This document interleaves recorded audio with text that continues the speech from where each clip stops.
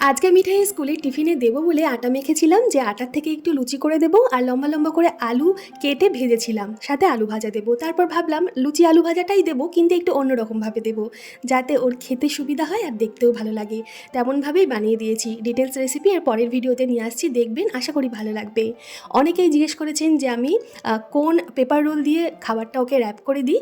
দেখুন, Audi ইউনির্যাপের food wrapping paper দিয়ে মিঠাইয়ের খাবারটা আমি প্যাক করে দিই। এতে রুটি, লুচি, বার্গার জাতীয় খাবার দাবার মুড়ে দিলে খাবারটা বেশ কিছুক্ষণ নরম থাকে, ফ্রেশ থাকে।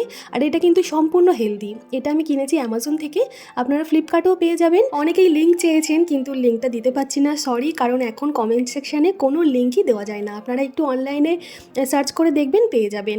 ফলের মধ্যে কমলা লেবু দিলাম আর 1 বোতল জল দিলাম। কেমন লাগলো আজকে টিফিন বক্সের আইডিয়া জানাবেন। রশিনী, তোমার জন্য রইল আমার তরফ থেকে অনেক ভালোবাসা, শুভেচ্ছা। তুমি প্রথম থেকে আমার সাথে আছো, এভাবেই পাশে থেকো, ভালো থেকো। ধন্যবাদ।